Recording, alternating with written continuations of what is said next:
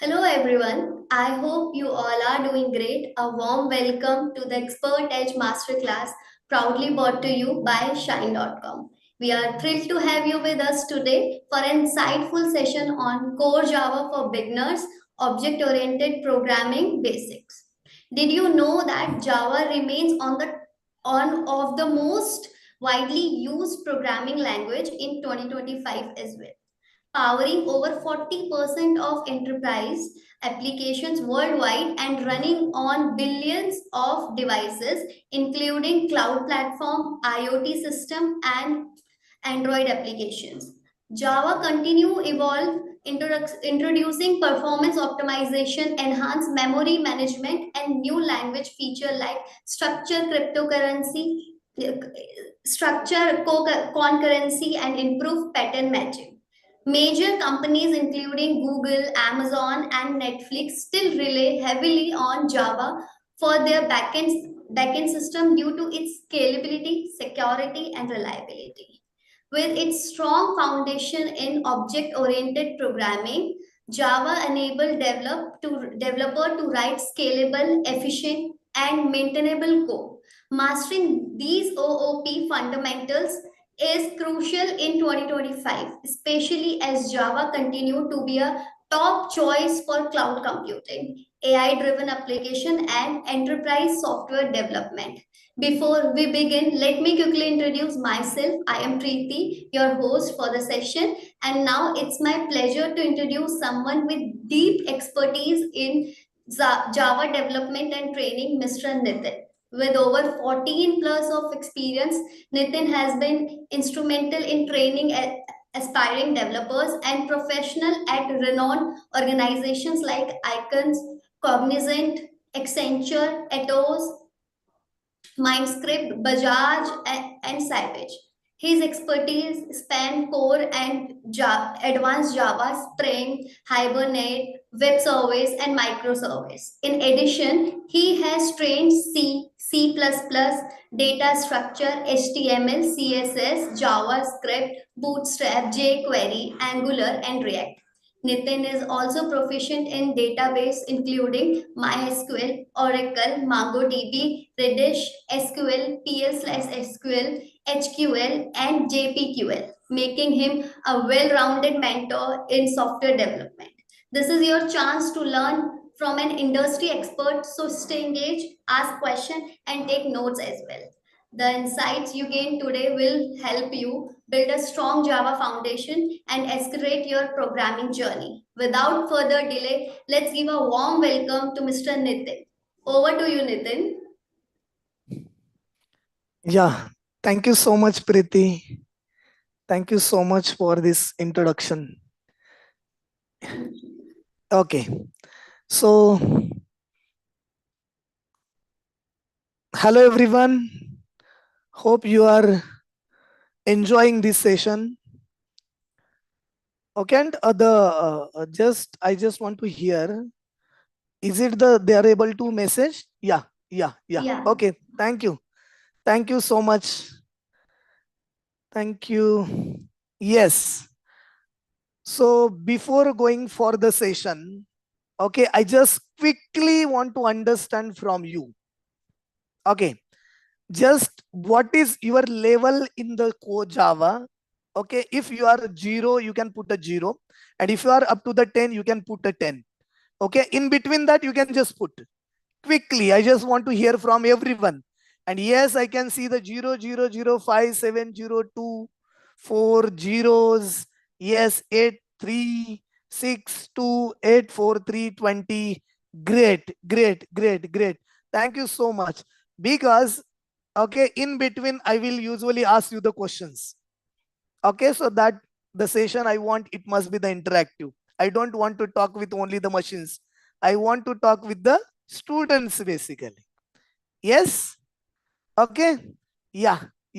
Thank you so much for your responses. Okay, so before starting, okay, as already Preeti introduced, as a Java is a programming language. Basically, it is been used in the worldwide, and it is widely accepted programming language. It is a widely accepted programming language. So I can say, or I can start with a Java every time. Okay, the word I'm using as a Java is a very chiller programming language to learn. See what I'm talking. Okay, you want my voice as a loud? Yeah. See, what is Java I'm saying here? What is Java? I want to just say here, Java is a very chiller, simple programming language to learn, I can say. Java is a very simple because I found many times, people are saying Java is a very difficult programming language. And because of that, many student, even before starting their journey to the Java, they stop.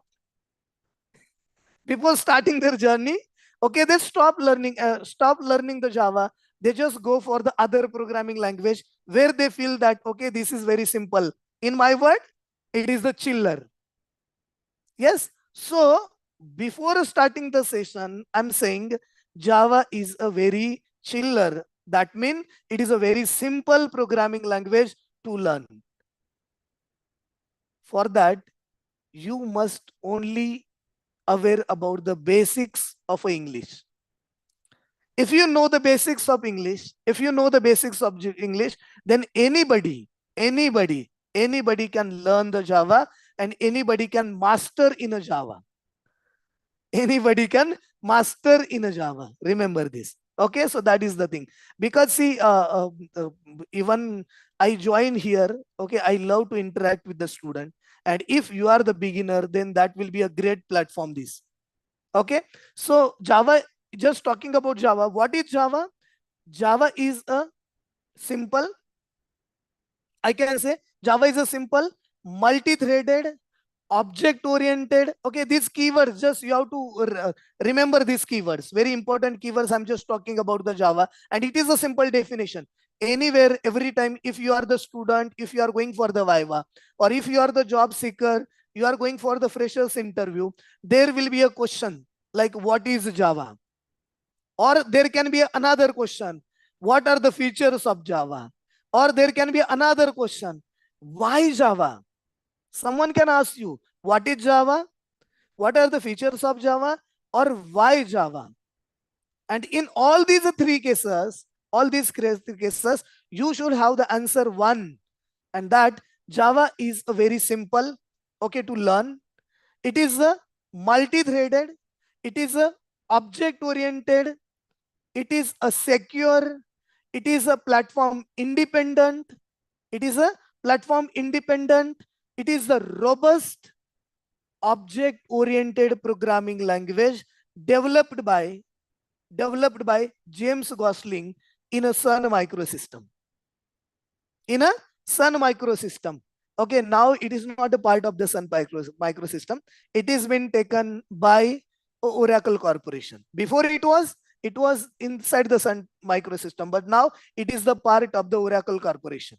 So whenever you are getting download the Java, there you might be seeing that yes, it is the Oracle, but it was not initially part of the Oracle. And name of that one was Oak, OAK. Oak. It is the name of the tree. Initial name was a Oak. Team have given that name, but later it is get shifted. Okay, or they just rename it as a Java. They want something catchy word. Okay, and then Java they have named, and we are learning here. We are discussing here. Okay, and it has been, the team was headed by the James Gosling. Okay, he was the head, but okay, that entire team is called as a green team. Entire team was called as a green team. So this is basic introduction here. Okay, in that one, very first word I just say, okay, Java is a simple programming language. That Java is a chiller programming language. Why? Because, okay, if you are aware about C programming, if you are aware about the C++ programming, then Java is nothing for you to learn. If you are aware about the C programming or the C++ programming, Java will be simple. Why simple? Because you must know that, okay, C++ is a superset of a C. What I'm saying, C++ is a superset of a C. That means what? Whatever there into the C programming, it is there into the C++. It is there into the C++. And everyone's actually very first language is the C. Nowadays, okay, students are coming directly learn to the Java. But I found many start with the C programming. Okay, we can say this is the mother. Okay, from where we learn programming and then go with the C++, then Java, then other programming languages like that. So whatever, like in a C, we talk about the data type. In a C, we talk about the variables, we see functions. Okay, then other programming, okay, some things like a loop control statement, conditional statement, and so on. All that becomes the part of a C++. And that C with the oops is nothing but the C++. Oops. Okay, in our, okay, in here the workshop, we have the object oriented programming that we need to learn. So from where it came, it is coming from the C++. Already it was the part of a C++. And now when we go with the Java, all the concepts from the C++ as it is inherited into the Java. Syntactically, it is the same. So if you are familiar about the C++, Java will be a very easy for you. I'm saying very easy for you.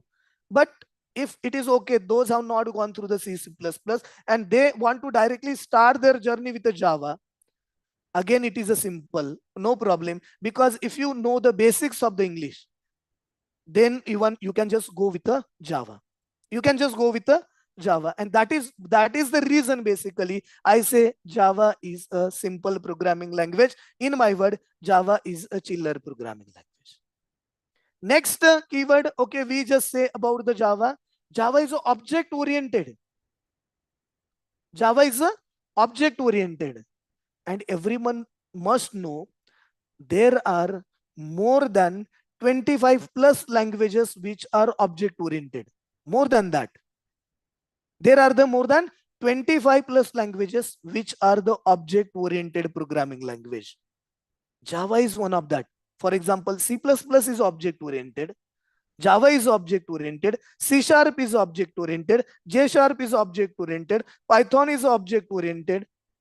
TypeScript is object oriented programming language. Even the JavaScript is object oriented programming language. These are the many programming languages which are the object oriented. So Java is not one. There are many. Then here, Nitin sir, how you are deciding, how you are going to decide that any language is object oriented? So here you need to understand the language which follows the OOPS concept. Remember everyone, the language which follows the OOPS concept is called as an object oriented programming language. The language which follows the OOPS concept is called as an object oriented programming language. And what are that OOPS concept? What are that OOPS concept? Very first, object is there. Object is a OOPS concept. Class is there. Class is a OOPS concept. Encapsulation is there. Abstraction is there. Inheritance is there. Polymorphism is there. Late binding is there. Dynamic binding is there. These 8 concepts, these are the object oriented concept. These are called as OOPS concept. OOPS, object oriented programming system. These are called as OOPS concept. And the language which have this concept, the language which have this concept is called as a object oriented programming language. So in a C programming, these concepts, sorry, C++ programming, these concepts are there. In a Java programming, these concepts are there. Okay, even Python programming, these concepts are there. Okay, then C# programming, these concepts are there, because all these are the object oriented programming language. So if you learn the object programming language concept in a Java, believe me, you can easily go to the other programming languages. If you know the Java, immediately you can go for the C#, you can go for the Python, you can go for the other programming languages. And now it is the time of it is a need of a time that you should not be stick with only single programming language. You should not be a stick with a single programming language. You should have the exposure of a multiple programming languages. Then only, okay, it will be a good. Then only it will be a good, okay, into the corporate. Otherwise, if you are sticking with a single programming language, there is very difficult to go ahead. Okay, there can be a restriction to enter into the corporate world. And hence, okay, hence you as a student, you as a job seeker, you as a learner, I always compare you guys with a, okay, warrior going for the war. Okay, I consider you guys as a warrior going for the war. That means what? You must equip with the all the weapons. And what are the weapons? All the programming languages, all the skills. Okay, that are your weapons. Your communication skill, your technical skill, your language skill, your programming skills, okay, your problem solving skill. All these are the weapons. And Java programming is one of the weapon, and that is the very, very important weapon. It is very important weapon. If you know the Java, easily you can crack any interviews basically. Okay, you can just go into the any corporate. Okay, and hence okay, Java is that much important here as told by the Preeti here. Okay, so I say Java is an object oriented programming language. Okay, in that one there are the multiple concepts like object class, inheritance, encapsulation, abstraction, polymorphism, and so on. The language which follows that OOPS concept is the object oriented programming language, and Java is one of that. Remember, but again, while going to this one, sometimes we hear that Java is a partial object oriented programming language. That is one concept. Okay, might be you have heard. If you have heard somewhere, Java is a partial object oriented.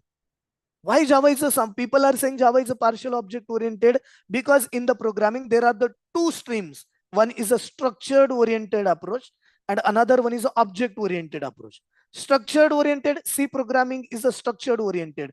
Older one, VB language, okay, Visual Basic, that was the structure oriented programming language. Okay, so that was following the structured approach. They were focusing on the functions, they were focusing on the algorithms basically. And because of that, okay, it was the structure oriented. But Java is a object oriented, but in that one exactly structure oriented syntax to declare the variables and all, it is a part of a Java. And hence we call it as it is the partial object oriented programming language, because that variable declaration. Yes, I'm going to show you that everything practically. Just have a patience. We have the 2 hour session. Yes, so practically even you guys are going to see this, but okay, you must know these things before starting with the coding. Now here, even sometimes you can say Java is a pure object oriented programming language. And why Java is a pure object oriented programming language? Pure because in a Java you cannot write a code without a class. In a Java you cannot write a code, executable code, without a class. And a class is an object oriented concept. Without a class you cannot write, and a class is an object oriented concept, and hence sometimes it is been said that Java is a pure object oriented programming language. Okay, so these are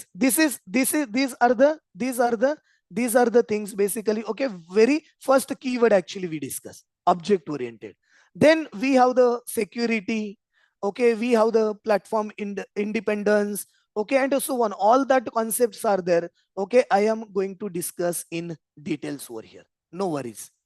Okay, so hope everyone understood. Everyone understood what is the, why it is called as object oriented.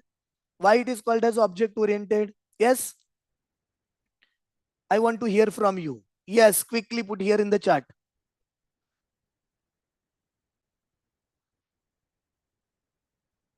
Yes, yes, yes, I can see the messages. Okay, thank you so much. Now, second very important thing actually about the Java is, yes, yes, thank you, because Java follows OOPS. Good, thank you.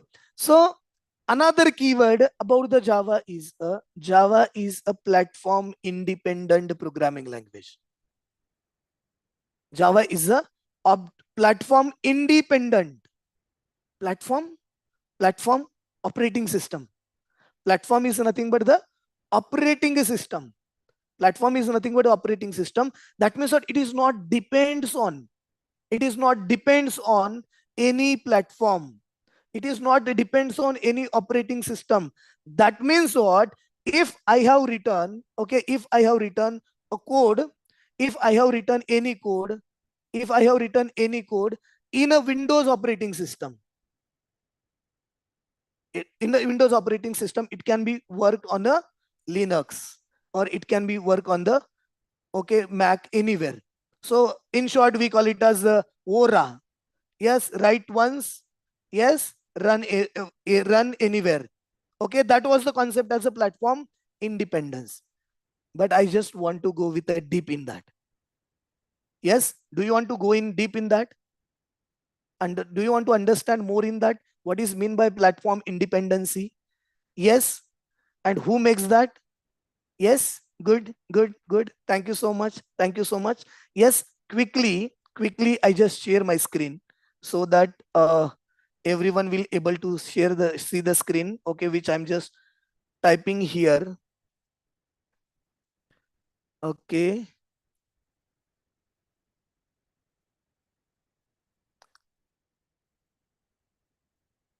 Yeah.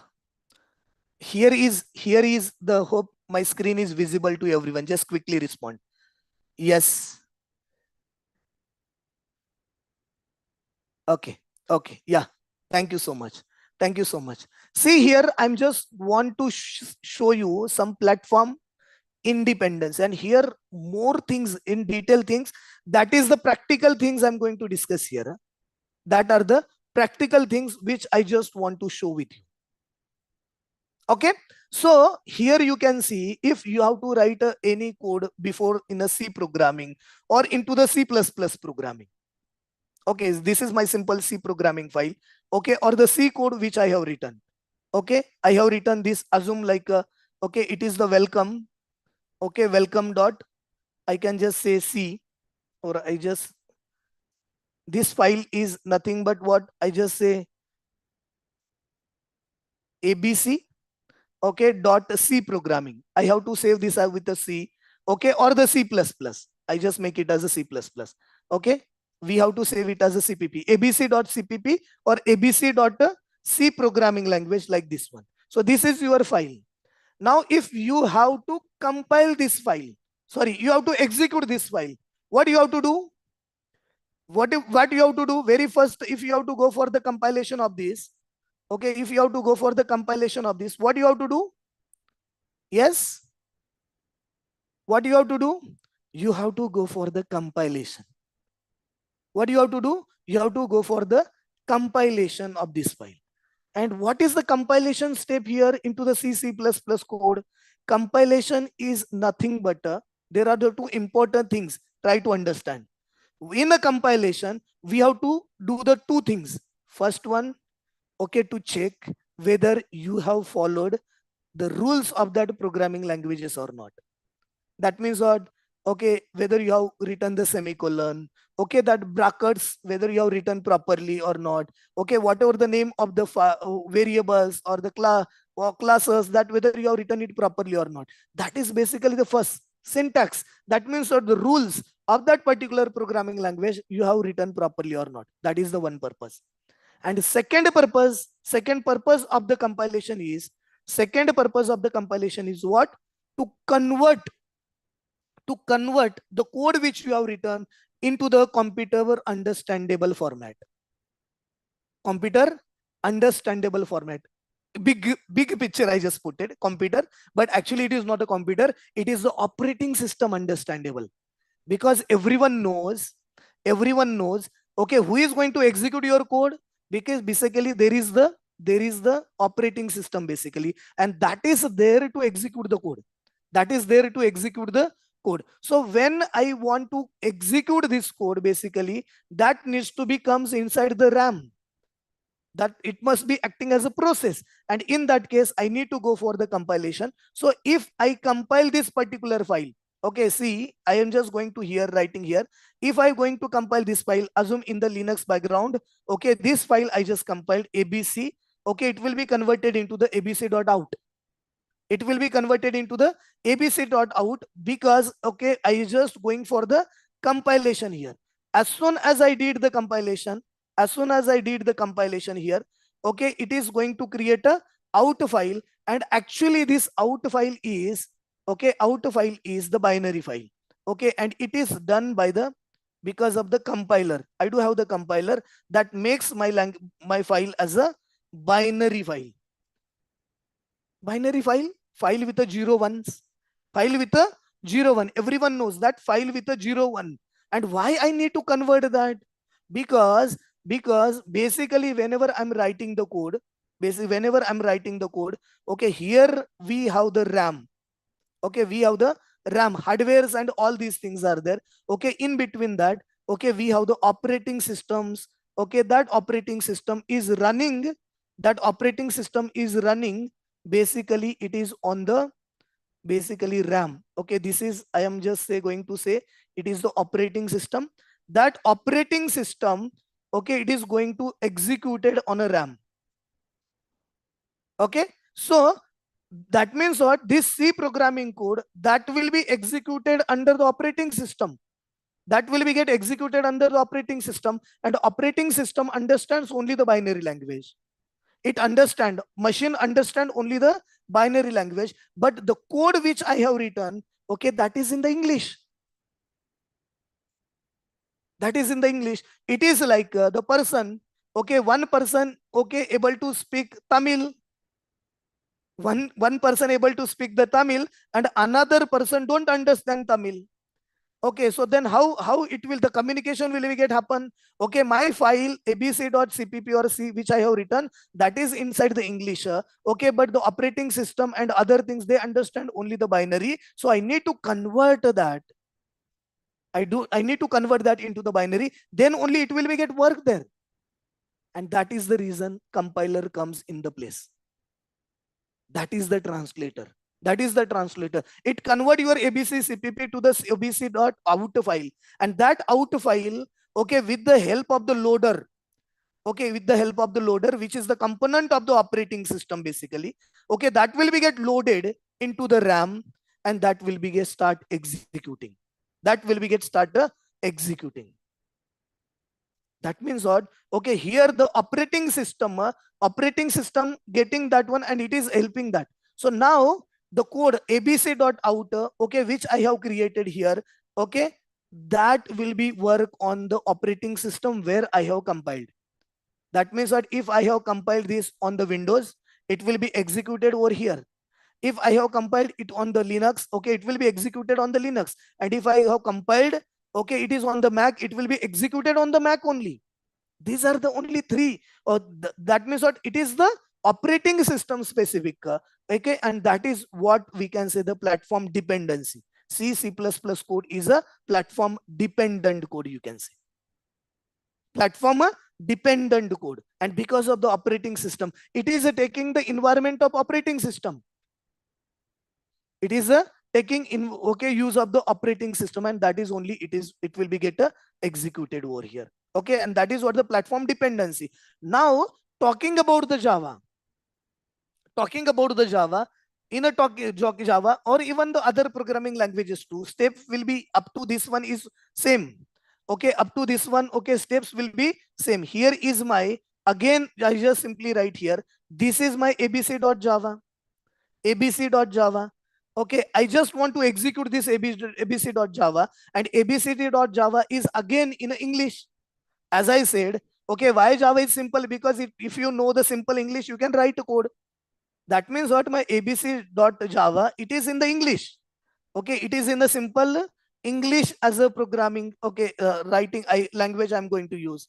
But again, operating system don't understand the English, and that is the reason.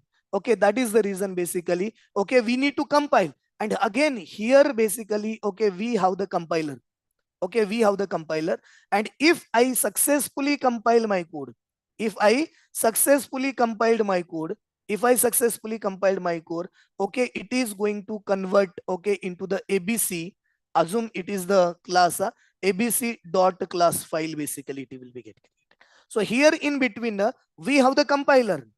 we have the compiler. That compiler is converting your abc.java to the abc.class file, and that .class file is called as a bytecode. That abc.class file is called as a bytecode, and this bytecode is a highly optimized code. Remember, bytecode is a very highly optimized code. Basically, it is the highly optimized code. It will convert your English to the bytecode. But again, the problem is what with the Java? Okay, why we compiled? Two reasons: to check the syntax, and second, to convert into the operating system understandable format. But here in case of a Java, actually, okay, in between operating a system, there is another one component comes into the picture. Another component comes into the picture, okay, and that is what we call it as the JVM. That is what we call it as a JVM. Okay, it is called as a Java virtual machine. Java virtual machine. So it is again one process which is running on the operating system basically. Okay, so it is already running on the operating system basically. So that comes into the picture, and it will say to the abc.class, it will say to our bytecode that, hey, I am the operating system only. That means what? It treat JVM treat, okay, themselves as a operating system, and hence it talk to the abc.class and will tell, yes, I will execute you. No worries. No worries. I will execute you. I will execute you. And then this JVM will take abc.class as an input. abc.class as input. Again, JVM have the class loader. Like the operating system have the class loader file, okay, where abc.out will be get loaded. Here inside the JVM, it have the loader. We call it as a class loader. It will load that abc.class file into the JVM. Okay, it will be get loaded into the JVM, and it provides the runtime environment to execute that particular code. And then as it is taken that JVM into the, okay, by JVM, by abc.class by the JVM, and then it will convert that into the operating system understandable format. It convert that, okay, into the operating system understandable format. Okay, it will start executing that one by converting it, okay, to the machine code basically. JVM convert that into the machine code. So now here assume this JVM, remember, JVM is a platform dependent. Windows operating system have the separate JVM. Remember, Windows operating system have the separate JVM. Okay, Mac have the separate JVM. Linux have the separate JVM. Okay, and it is the platform dependent. It is specific to the platform. But bytecode is a platform independent. Okay, so this bytecode which I have taken, okay, it has been taken by the Windows operating system. Okay, and it will be get executed on the this one. Same this abc.class which I have generated on the Windows, I can just take into the Linux operating system, and there it can be get executed. Executed, and the same happens with the okay, we can say the Mac. Yes, that is basically, and that abc.class is the file basically, that is the file which is the platform independency. So bytecode is a platform independent, but JVM, Java virtual machine, is a platform dependent programming language. Hope everyone is getting what I'm trying to say.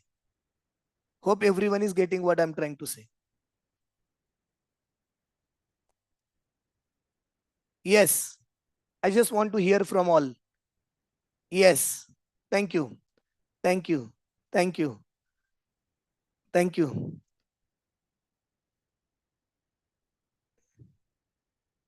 Yes, AK, any questions you can put here in the chat. Okay, so that is basically this bytecodes make a Java as a bytecode makes the Java as a platform independent programming language. So this can be taken by any JVM and it will be get executed. For the every operating system, we have the separate JVM, okay, here that is running on that. Okay, on the basis of that, okay, if we want to see this one, if you want to see this practically, okay, I just go here. okay, into the program, okay, and there into the programming, I just want to show you this one. Okay, so before going for the programming, okay, before going for the programming, okay, I just have to discuss two important concept here. Okay, two important concept here, okay, before going for the programming, that are the object and the classes. We have the two important things, okay, to be get discussed before going for the programming: object and the classes over here. Yes, object and the classes, and through the object and the classes,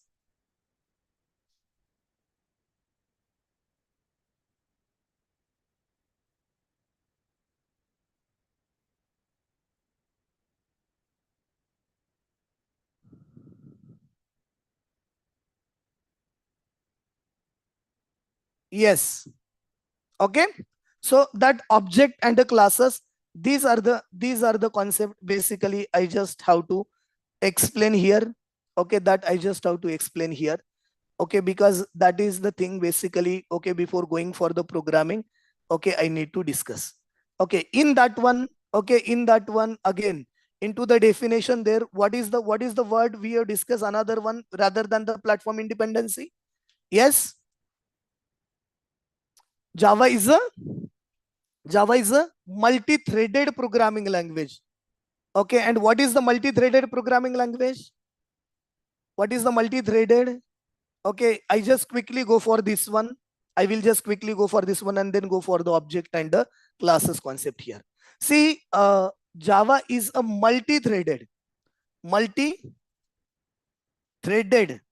programming language.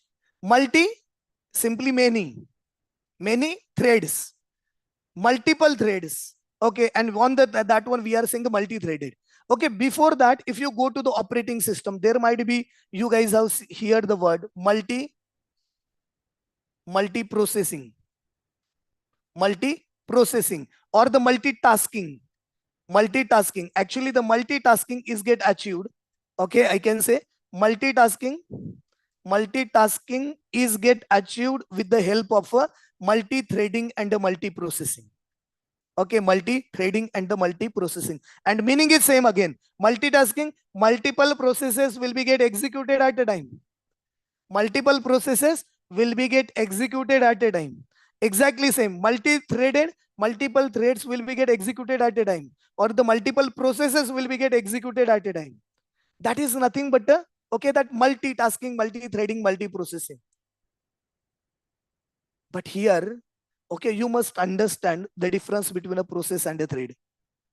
You must understand the difference between a process and a thread. So in a very simple, okay, very simple, I can say thread is a sub process. Thread is a sub process of a main process. Thread is a sub process of a main process, I can say. That simply means, okay, we can just see human body, if we consider as a one process, human body, if we consider as a one process, then I'm speaking,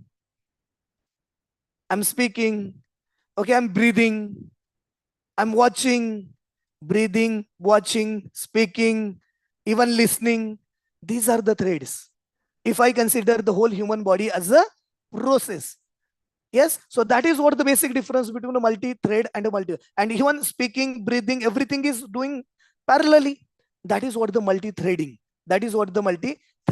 Programmatically, if you have to understand, okay, in the college time or even in your colleges, okay, if teacher given you some assignment, okay, at that time what is happening, okay, in that one, you want to, okay, you have to type your project or something, okay, in that one for the complete assignment. So what student always do, okay, they just open the VLC media player in their computer, VLC media player, okay, in the computer, and at the same time Microsoft Word. So VLC media player as a one process, Microsoft Word as another process. Like in my cases, okay, I do have the, okay, Zoom is get open as a one process, and here the notepad I have opened that as another process. Sorry, the paint I have opened that as another process, and both are executing at a time. Both are executing the at a time, and that is nothing but the multi-processing. Multiple processes are getting executed at the same time. Multiple processes are getting executed at the same time, and both are the independent. They don't have any kind of a relationship. Microsoft Word, okay, then the here the Paint as well as the Zoom, they don't have any relationship. VLC Media Player, they don't have any relationship, but all will be get executed at a time. At the same time they can work, and hence that is what the multi-processing. But if you open the Microsoft Word and if you start typing and if you made some mistake, parallelly immediately will get the red lines below. Immediately will get the red line below. Okay, saying that sorry, okay, you have written this wrong spelling. Okay, if you observe that, okay, it will give you. That means a spell checker. Spell checker is one of the thread. I'm typing, that typewriter typing is one of the thread. Spell checker is another thread, and all are working at the same time. All are working at the same time here. Exactly same here into the Zoom. Into the Zoom, okay, you have the options to type, okay, to give the messages, to put the messages here. So messaging, and at the same time, okay, that sharing. I'm sharing the screen. At the same time, I can put the messages. These are the threads. These are the sub processes. If I consider entire Zoom as a one process, that is basically difference, and it is very important concept into the programming. So those are learning the Java. Okay, the multi-threading is a very important crucial concept, and which is the very important feature, which is the very important feature into the programming, and it is very useful. It is the lightweight component of the programming. It is the lightweight component of the programming, and even it can shares the memory. It can shares the memory. So main use of this one, like okay, all are using the Instagram. Okay, all are using the Facebook. So when, okay, Instagram application is only one, but in that one, okay, multiple requests, okay, multiple requests are coming to that Instagram. Multiple requests are coming to the Instagram. So in that cases, each request coming to that particular application, it is treated as a, it is considered as a thread. It is a considered as a thread, and even though that one code is there and that code is getting executed, that means what internally it creates a multiple thread, and that thread will serve the each request. That thread will serve the each request basically, and that is the concept of a multi-threading. That is the concept of a multi-threading. And as I said, okay, Java is a multi-threaded programming language. Java is a multi-threaded programming language basically. So this is before going for the programming, before going for the actual programming, everyone, okay, must understand, okay, these basics. No doubt, coding through coding, you can learn into the multi-threading session separate. Okay, if you have the multi-threading separately, that is the detailed thing. And I think, okay, if I have to teach the multi-threading, if I have to teach the multi-threading, at least, okay, I need the 2 days. Okay, in the 2 days I finish that. But here I just try to, okay, I just try to explain you that what is exactly the multi-threading and what is exactly the multi-processing, okay, into the Java programming. And that is the very important feature of a Java. Hope everyone understood. Any question here? Any doubt here? Yes. Okay. If you have any questions, you can ask. Okay, even in between two, you can just put here in the chat. We'll consider that questions. We can just consider that questions. Okay. Thank you. Thank you. Your responses are very much important, because I don't love to talk with a machine. Even though it is the virtual session going on, but I don't want to talk to the machine. I want to, okay, interact with you guys. I want to talk with the humans. Okay, and that is the reason I selected this, okay, field as a Java trainer. I don't went for the Java development. Yes. Okay, hope everyone understood. Just quickly put understood message here in the chat so I can understand you are getting these things and you all are with me. Quickly put understood message here in the chat. Yes. Thank you. Thank you. Yes. Everyone. Yeah. Okay. Okay. Now quickly, okay, before going for the Okay, next, I just want to go for the another concepts basically here, because okay, Preeti said me that okay, I have to discuss about the OOPS, object oriented, okay, basics, and hence I will just start with that one. So I'm just writing here the OOPS. Yes, OOPS. What is this OOPS? What is this OOPS? OOPS, very simply I can say object oriented programming, object oriented, we can say programming system is nothing but the OOPS basically. That these OOPS have the different features. These OOPS have the different features basically. That different feature, and that features we must understand. So here, what is the first feature? So very first one is the object, as I said in the start. Okay, then what is there? We do have the class. Okay, then what is there? We have the encapsulation. We have the encapsulation. Then what next? We have the abstraction. We have the abstraction. Then what? We have the, yes, inheritance. We have the inheritance. Then what? We have the polymorphism. Okay, we have the polymorphism. Then what? We have the late binding. I say late binding. Okay, or we can say the dynamic binding. Dynamic binding. These are the, okay, these are the important features. Oops, we can say object oriented programming system. And believe me, if you know all these concepts in a Java, I already told you these concepts can be there into the other programming languages too. But if you know these concept in a Java, if you know this concept in a Java, okay, then you can, okay, be a developer of any other programming language. Okay, so starting with the very first topic of this, okay, starting with the very first topic of this, and that is what I just want to discuss here. Okay, the object concept. I want to discuss here. I just want to discuss a object concept here in front of you. Okay, yes, and then we go for the class, and then actually programmatically I will show you that how this works. Okay, so I just go here for the object mechanism basically. So here I just want to write a object.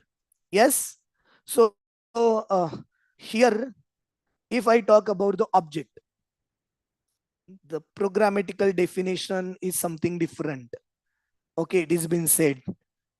Okay, even you can see into the books, but here what I'm trying to say, what is object? Object is a real world entity. See what I'm trying to say. Object is a real world entity.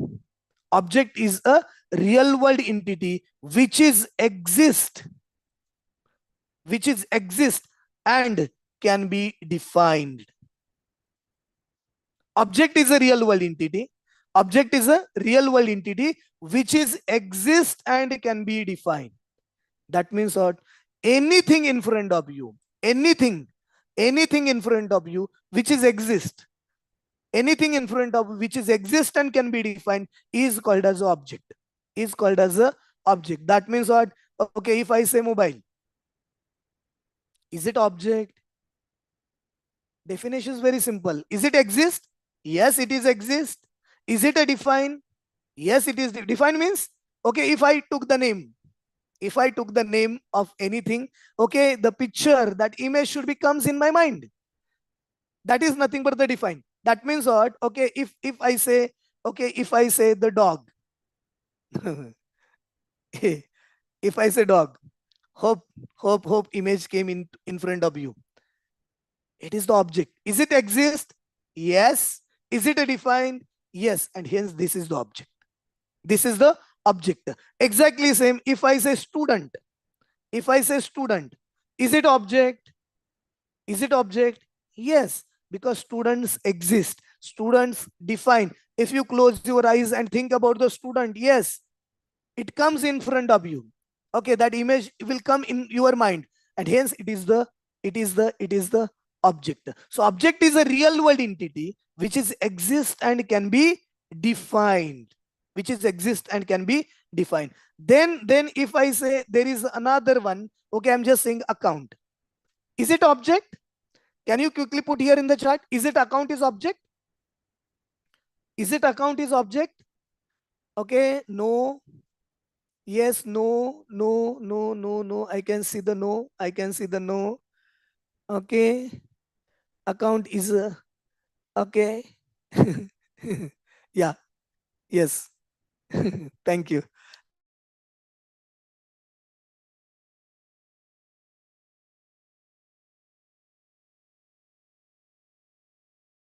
Object is a real world entity. Object is a real world entity which is exist and can be defined. Which is exist and can be defined. Okay, so is it account exist? Account? Okay, I don't know what came in your mind. I don't know what come, but there can be a Facebook account. There can be a Insta account. Okay, okay, leave it.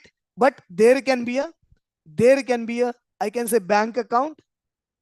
That can be a bank account. So is it a bank account exist? Yes, is it a bank account exist? I want to hear from you. Is it a bank account exist? Yes. Yes. Bank account exist. Bank account exist. And is it defined? Of course, yes, it is the defined. Because okay, if you think about the bank account, yes, you can think, okay, this must be belongs to some bank. This must be belongs to some branch. And if it is the account, okay, there must be a balance. And we will enjoy the amount which is there into the account. That means that it is defined. It is defined. And yes, yes, it is the account is considered as object. Account is a considered as object because it is exist and defined. So someone put it here in the chart. I'm observing your chart continuously. So object can be real, that is a physical or the logical. Remember what I'm saying. Object can be physical or it can be a logical. Account here, it is not a physical, but it is a logical. Student, it is a physical. Dog is a physical. Dog is a physical. Student is a physical. Account is a physical. Sorry, account is not physical. It is the logical. And hence it can be logical or it can be a physical, but it must be exist and can be defined. And hence in a short, I can say anything in front of you which is exist and can be defined is nothing but the object. Going ahead to this, going ahead to this, every object in a real world, every object in a real world have the three things. One, property. Okay, we have the property, or we call it as the, okay, property. We have the, we call it as the attribute. Property or the attribute. Every object in a real world has the property or the attribute. That is the one thing I can say. That is the one thing every object will have, property or attribute. And what are the properties or the attribute? I can simply say in a simple word, property or the attribute are the qualitative things about an object. Property or the attributes are nothing but the qualitative things about an object, which are used to describe that particular object, which are used to describe that particular object. So for example, okay, if I say student, if I say student, what are the object, what are the properties here? So every student have the roll number. Okay, every student have the name. Okay, every student have the percentage. Okay, every student have the college. Okay, every student have the division. These are the qualitative things about an object. Exactly same. If I say, okay, every account has an account number. Okay, every account has a name, that is the person. Okay, account can have a bank. Okay, it can have the branch. Okay, it can have the balance. Every account have the balance. Okay, and so on. So these are the properties. These are the properties. So every object will have the properties. Believe me, understanding of this one is very important to go for the programming. Understanding of this one is very important to go for the programming here. Exactly same if I consider the dog. Yes, every dog has a name. Mankichal, Azum. Yes, name. Here we have the name. Okay, then we can have every dog have the age. Every dog have the color. Okay, every dog have the breed and so on. Yes, yes. And because of that, okay, we can have this. If every account don't have the balance, it is okay. AK. Yes. So a name, age, color, breed, and so on. Yes, we can assume. Yes. So like that one, we can just consider, and all these are the properties or the attribute. So every object has a properties or attribute. These are the qualitative things about an object. Second, every object has a behavior. Every object has a behavior. And what is the behavior? Basically, the behavior is nothing but a means of communication. Behavior is nothing but a means of communication. That means that how two objects interact with each other, how two objects communicate with each other, how to object okay, functions. These are the functions of that particular object. Basically, that is nothing but the behavior. So that means what? If I consider the account as the object, then what are the functions? Okay, we can have the withdraw. Okay, we can have the deposit. Okay, we can have the transfer. And these are the functions performed by that account object. These are the functions performed by that particular object. And hence, okay, these are the nothing but the behavior. So object has the behavior, object has the properties. Okay, if I consider the student, okay, what are the functions of the student? What are the functions, or what is the behavior? Okay, they can give the exam. We can consider this as the behavior. Give exam. Okay, I can say attend sessions. Okay, they have to attend the sessions. Okay, compulsory. Okay, like that one, and so on. So many things are I can just consider here. If I consider the dog, okay, what are the here behavior? So I can say we can barking. This is one of the behavior. Okay, if we can have the biting, okay, or if it can have the running, okay, it can run. Okay, so these are the functions. Okay, and I just put it, okay, that bracket in front of that, because functions represented by that is the sign through which, okay, we can just represent that, okay. So every object has a properties and a behaviors. And writing these, okay, it is very important. Okay, understanding the properties, understanding the functions method, it is very important. Yes. And then finally, every object in the real world, okay, has a third one thing, and we call it as the identity. We have the identity. What is identity? Identity is nothing but the uniqueness of object. What is identity? Identity is nothing but a uniqueness of that particular object. That means what? How that particular object is uniquely identified in a group of object. How that particular object is uniquely identified in a group of object. So in case of a account, okay, we have the account number. We can have the account number, and that will access the identity. We have the account number that will access the identity. In case of a student, we can say the identity will be a roll number. But for the dogs, what will be the identity? Yes, can you put here in the chat what will be the identity for the dog? Assume, okay, you are the developer, you are the software developer, you have to create the software for that pet shop basically. Okay, where, okay, they are in the business. Okay, yes, tag, dog color, yes, others, I want to hear from all. Yes, dog gender. Okay, yes, good. Anything else? I want to hear from all. Quickly put here in the chat.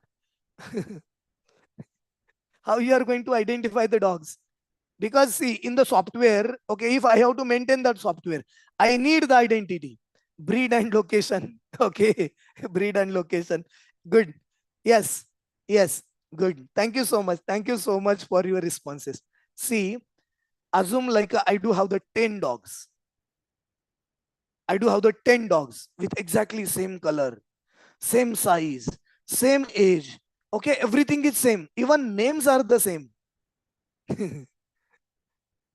Okay, breeds even the same. Everything is the same. So in that case, how we are going to do? So someone put it there as a tag. Yes, what I can do? Yes, even colors are same. Height is same. Yes, everything is same. Yes. Okay, so what I can do? I as a programmer, okay, I can just use a tag plus, okay, I can just give the number. Tag with a number. Tag, okay, and then number 1, 2, 3, 4, 5. And through that one, I will understand. Okay, software will understand. Program will understand. Yes, this is the dog, okay, with that particular tag. Okay, with that particular tag. And that is what the identity. And remember, this identity is very important, because when you go to the database, when you go to the databases like the MySQL, Oracle, PostgreSQL, there you have the database table. And in that database table, we have the primary key. We have the primary key, and that primary key is the unique key basically. So that is nothing but this identity. So in the programming, your database, your code, Java code, that have the relationship. Okay, this is the very basic. Okay, here we are discussing. So not I'm going there, but as we go ahead, as we go ahead into the programming, there you can find, there you can find that, yes, Java classes directly getting inserted into the database table. And this is because of that identity. If you don't have the identity attribute for that particular object you have written, so it will not work fine. Like, okay, if you are going into the malls and even they are selling the watermelons. So while maintaining the stock, they put the barcode on the watermelon so that they will understand, okay, whether that watermelons have been sold out or not. So that is nothing but the identity. That barcode is nothing but the identity. So in a programming, in the programming, understanding of that is very much important. Understanding of that one is very much important. And this is basically, okay, this is nothing but, okay, this is nothing but, I can say, the object. Hope theoretically you understand. Practically even I'm going to show you. Okay, I do have the time. Okay, there I'm just going to discuss you practically what exactly mean of this. Okay, if you understand, if you understood this, yes, put a yes message here in the chat quickly so I can understand you all are with me. Yes, yes, yes, yes, yes, yes. Thank you. Thank you. Thank you. Thank you. I can see your messages here. Yeah. So this was the very basics. Yes. Thank you so much. Thank you so much. Yeah. Now another oops concept I just want to discuss with you. Another oops concept I just want to discuss you, and that is again the very much important. That is again the very much important, and it is related to this. Yes. Yes. It is the, it is the, okay, just I just want to discuss that with you as a class. I'm just going for here, and that is the class. Can you quickly put here in the chat? Can you quickly put here in the chat what do you know about the classes?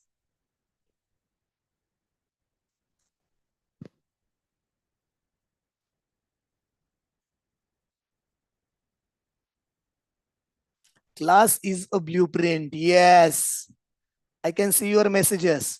Class is a Varun. Varun is saying class is a blueprint. Elysia, okay, it is contain the object. Okay. Sojana, class is a group. Class group of same behavioral elements. Okay. It is object. Class is a group of object. Blueprint of object and does not occupy the space. Good. Arun Giri. Yes. Yes, yes, yes. Good. Thank you so much. Thank you so much. Thank you so much. Yes, thank you so much here. Tarun, class is a blueprint of object. Yes, yes, good. Thank you so much. Yeah. So this is basically, okay, when we start with our class, okay, we understand this.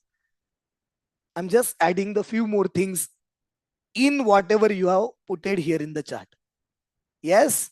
And what is that? Okay, in a very simple word, okay, in my word, I'm just simply saying, okay, here, what is class? It's a user defined data type. What I'm saying? Class is a user defined data type. Are? Yes, class is a user defined data type. Class is a user defined data type which serves as class is a user defined data type which serves as a template for creating for creating creating I say multiple objects, for creating a multiple objects having similar type. See what I'm saying? This is a very simple one line definition of the class. This is a very simple one line definition of a class. And what is there? It is a user defined data type. It is a user defined data type which serves as a template for creating multiple objects having similar type. Okay, to understand this, okay, you have to be here for the next 5 minutes only. In that 5 minutes, okay, we'll understand what is exactly meaning of this. What is exactly meaning of this one here? I use here the template keyword, template word, creating a template for creating multiple objects. I will just tell you I will explain this through some analogy. Yes, I will explain this through the analogy. Okay, everyone knows, okay, the bricks, how it is get created? Bricks, okay, to build your house. Okay, we are using the bricks like this one. Yes, okay, and assume, okay, I just want to, okay, create this. Okay, it is been like this one, these bricks. Okay, we are always creating like this one. How it has been created? How it has been created? Yes, to those don't know, okay, it is okay. But to create these bricks, okay, to build your house, before the people those make that one, so that time what they have that mold, they have the mold, they have the mold, they have the template, they have the template. Okay, they have the, in some languages we call it as a sacha. Yes, mold, template, sacha, many words can be there. Okay, there can be a different word in your language. Yes, so in they have that template mold. Okay, in that one actually, okay, they are going to put the mud, press that one. By pressing, just slowly it get removed, and then the bricks will come out from that one. Bricks will be come out from that one. So all the bricks which have been created, all the bricks which have been created from that mold, will have the same size, same design, everything same, everything is same. Okay, so that mold is get used to create that bricks. That mold is used to create a bricks. That mold, I'm calling it as a template. So exactly same in the programming, in the Java programming, our class is work like that mold. Our class is work like that mold, and actual that bricks are nothing but objects. So objects will be created from the class. Object will be created from the class. So if I do have this one class, and if I am creating the object from that class, okay, that object will be exactly similar to that particular class, like the bricks will be similar to that particular class. Okay, and hence through that one, but so all the object which I am creating from that particular class will be exactly same structure, will be exactly same structure. So to understand this, okay, let's quickly what I will do, I will write a simple class here in a Java programming. Okay, if you have to write any class in a Java programming, if you have to write any class, okay, you can just simply write a public class.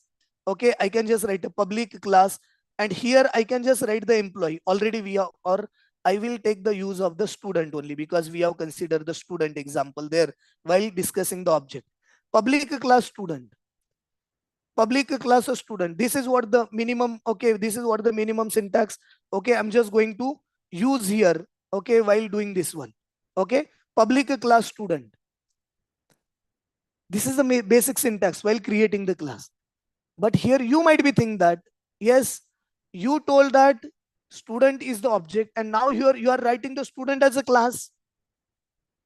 Yes, because from the student class, I am going to create the students as an object.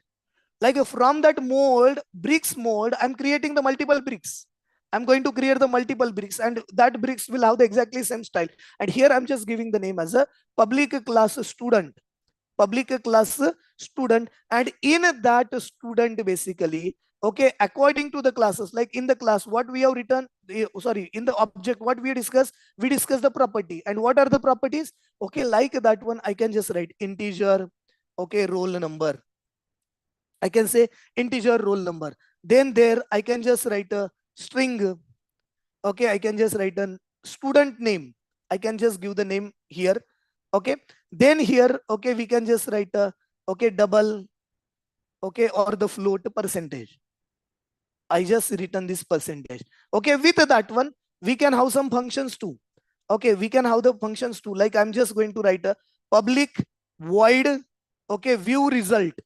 This is one functionality. Okay, it can be available to the student.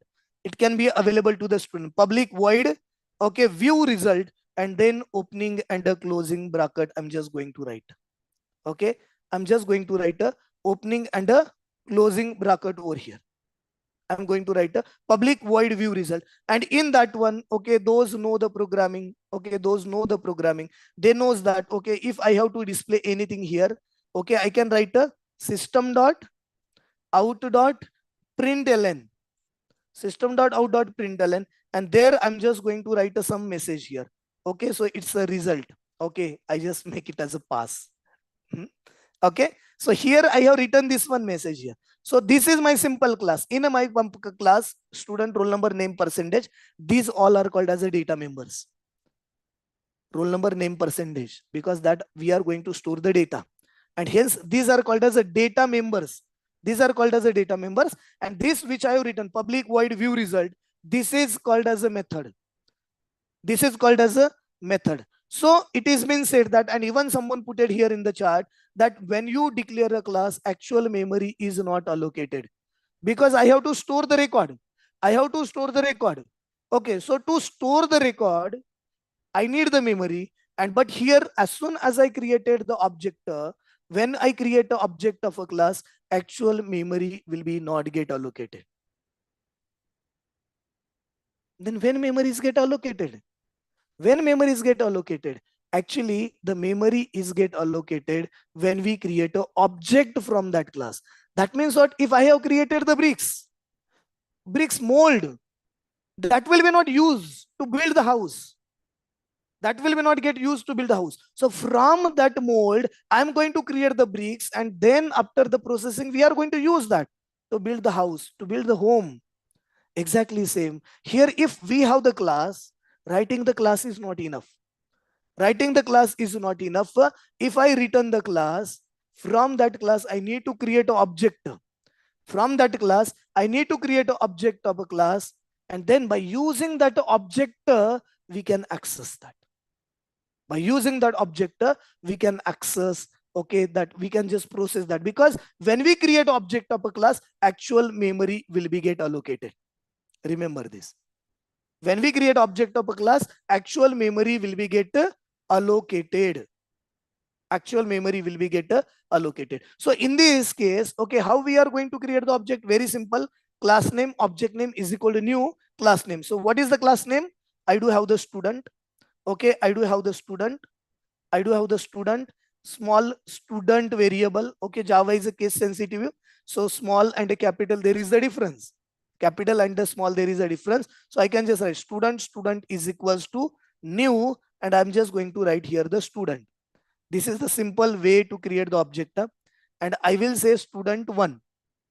I will say student1 basically. Okay, it is, I just have written like this. Control C, I have written this. Now you can observe student to student 1 is equal to new student. As soon as I am trying to write this one, actually it will allocate the memory. It will allocate the memory, but where exactly? Again, I will just come to the RAM. Okay, the picture which I have shown to there. So here basically I am just going to draw one picture. Okay, here this is the big picture. You can observe everyone. Into this is my RAM. This is my RAM. Okay, everyone should know it is the random access memory. Okay, that RAM can have the different sections. That RAM can have the different section, but important sections, there are the two important sections. There are the two important sections, I can say. There are the two important section. First one section, I just call it as the stack. First one important section, we call it as the stack. Basically, it is the static memory. Stack is the static memory. It is the temporary memory. It is the temporary memory. And here you can just observe, okay, I do have the RAM. That is what the, sorry, into this one, I do have the, we can say heap memory. Two portions of the RAM. RAM, random access memory, we have the two portions. One is a stack and another one is a heap. Now, if I am writing student 1 is equal to new student, student 1 is equal to new student, what exactly going to happen? What exactly going to happen? So it will just create a one block here into the stack. Okay, name of that block will be a student. Name of that block will be a student. Okay, and because of student 1, I say, okay, name of that block is the student, I can say student 1. Okay, this is because of which one it has been created? This portion, first portion, student S1, student 1. This one, okay, the portion which is before the equals. So because of that, it will allocate the memory inside the student 1. And if I'm writing new student, if I'm writing a new student, then actually it will allocate the memory inside the heap. Okay, it will actually allocate the memory inside the heap. It will be like this one. It will be like this one. In that one, what can be there? So there can be memory to store the, okay, roll number. There can be memory to store the, okay, I can say the, I can have the, okay, name, and we can have the percentage. So for example here, this will be a roll number. This will be a roll number. Okay, there can be a, I can say the name. Okay, and then finally we can have the percentage. Roll number, name, and a percentage. So because see, this object I created from the student class. In a student class, what is there? Roll number is there, name is there, and percentage is there. And hence, when I create an object from the class, okay, it will allocate the memory like this one. And into this one, I can write roll number as a 101. Okay, I can have the, okay, name as a Asha. Okay, then I can just say the percentage as a 60. Assume I just have given this one. So this one object I have as an, and it is the empty, and it is referred by a student 1. It has been referred by the student 1. That means what? Student 1 is pointing to this one. Remember this. This is what the relationship is get happen when I am creating object like this one. Now just don't worry that how that data 101 Asha 60 went there inside this one. No worries, no problem. But you can just write like this one. You can just write like this one. Exactly same. Okay, if you have to write like another. See, one object, how many record it is storing? One object, how many record it is storing? One object can store one record. One object can store only one record here. One object is storing one record, and hence this employee object which is allocated inside the heap, that is storing the record, and it has been referred by the student 1. It has been referred by the student 1. If you have to store another record, you have to create another one object. And how you can create that? Very simple. I say very chiller. Student student 2 is equals to new student. As soon as I try to write like this one, okay, as soon as I try to write like this one, what will happen? Okay, again, remember, again, new block will be get created. Okay, because of the student 2. Okay, and one object will be get created like this one. Okay, exactly same. In that one too, there will be a 3 sections. Okay, one section for the roll number. Okay, another section for the name. Okay, another section for the percentage. It will be get allocated, and if everything is fine, okay, it is pointing to this one. Now into this, okay, I just call it as the student 2. I just call it as the student 2. Okay, and what is the name of a student? Okay, I can just write okay, Disha. Okay, this is the student name. Okay, we can sorry. Okay, we can have the here 102 as a roll number. Okay, what is the name? I can say Disha. Okay, and what is the percentage? Okay, we can 65 like this. So that means what? As many record you have to store, that many object you need to create there. As many records you have to store, that many objects you need to create there. And here I created object like that one. I can create a many objects from this class. I can create a many object from this class basically. Now here you need to understand. Now here you need to understand. Okay, that how many object I created? 2, and both have the exactly same structure. Both have the same structure. That means what? Second object to have the roll number. Second object to have the name. Okay, second object to have the percentage. As many object I am creating from the student will have the same structure. That means what? It will have the roll number, it will have the name, and it will have the percentage. I can assign that. And hence I said class will serve as a template. Class will serve as a template for creating multiple objects. For creating a multiple object. Yes. So see the thing which I just written here. Okay, that can be done. Okay, some alternative is also there. Okay, to understand this alternative. Okay, I'm just going to write the. Okay, I'm just going to write here. Okay, you can see. Okay, the here I have written the created object in a one step. I have created object in a one step.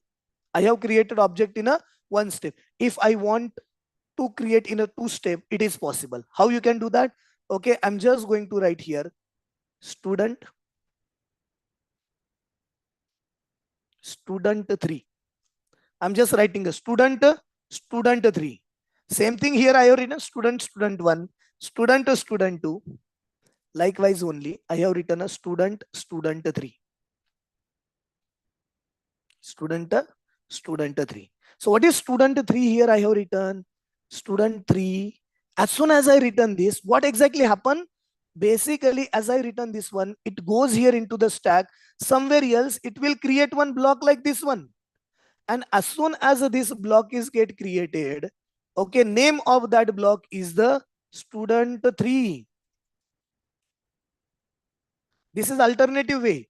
This is the alternative way which I am trying to show you. So when I am writing student 3, what is exactly happening here? Student 3. That memory is getting allocated, and where exactly memory is getting allocated? That is inside the stack.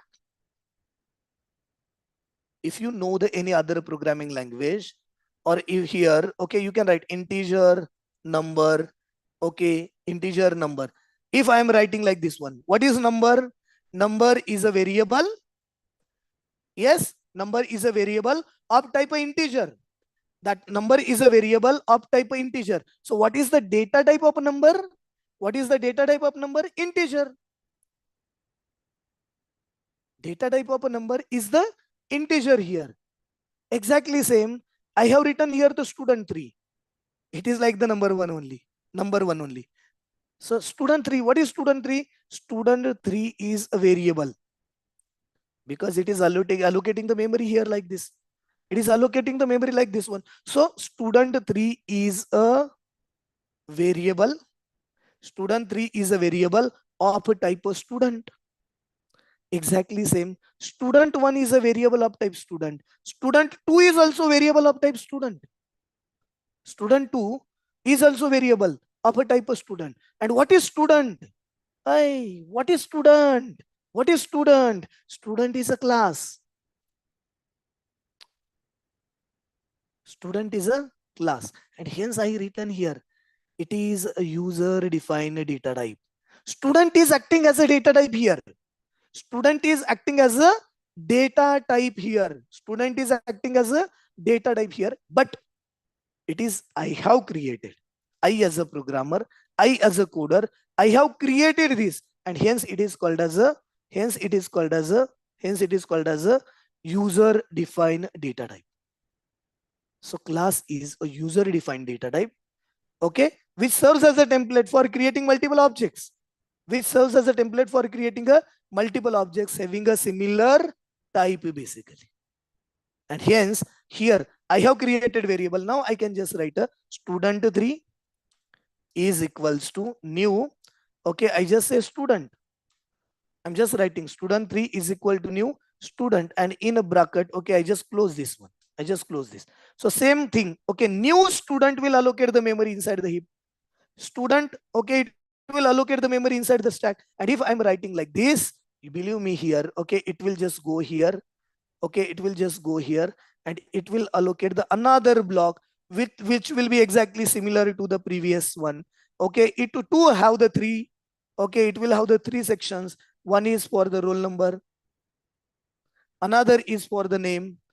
Okay, another will be for the name, and another for the percentage. So here we can have the, yes, roll number. Okay, we can have the, we say name. Okay, and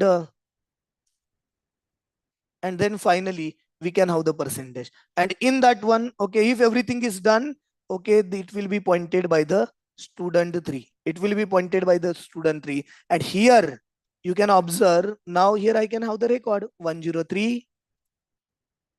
Okay, there will be a Nisha. Okay, and I'm just putting here as a 75. I'm just 75. So this is how, okay, we are going to create the class. Here, this is how we are going to create the class. And from that class, we are going to create the object, and objects are going to store. So who is Asha? Asha is a student. Who is Disha? Disha is a student. Who is Nisha? Nisha is a student. That means Asha, Disha, Nisha. These are the three objects I created from a student class, and all three have the exactly same structure. All three have the exactly same structure. That means what? It have the roll number, name, percentage, and so on. And hence in the definition I said class is a user defined data type. Class is a user defined data type which serves as a template, which serves as a mold, okay, which serves as a sacha in some other languages for creating multiple objects having similar type. Having a similar type. Then here some might be think that, yes, Nitin sir, roll number, name, and a percentage is there, and it is allocating the memory, roll number, name, percentage. But what about that view result? What about that view result? When memory for the view result is get allocated? When memory for the view result is get allocated, why you have not shown into the picture, into the heap? Remember what I'm trying to say. When we create a object of a class, actual memory is get allocated inside the heap only for the data members. Actual memory will be get allocated to store the data member inside the heap. Memory for the methods. What I'm saying here carefully. Yes, memory for the methods is get allocated. Memory for the methods is get allocated when we invoke that method, when we call that method, when we start execution of that method, the memory for that one will be get allocated. And as soon as execution is done,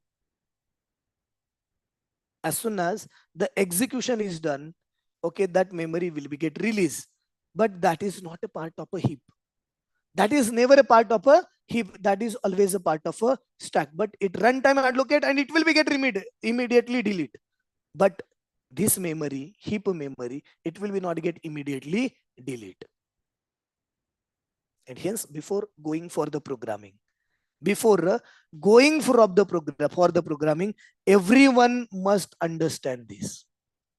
Before going for the programming, everyone must understand these things. Yes, is it this discussion is useful to you? Yes, quickly put a useful message in the chat if it is useful for you. I want to hear from you. Yes. Yes, quickly put a useful message, useful message. I want to see the useful message. Yes. Yes, yes. Thank you. Thank you, Sujita.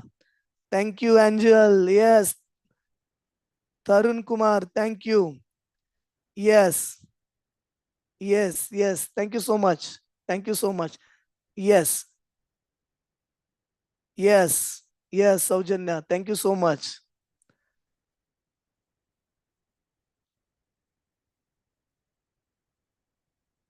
Yes. Yes. Thank you. So see, this understanding is very much important before going for the programming here. Before going for the programming. So let's quickly, I just try to show you this code, how we can just write.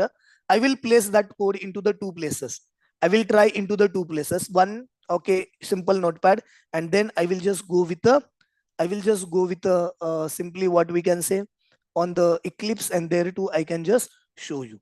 Okay, for that let me share my, okay, let me open the notepad where it is going. Okay,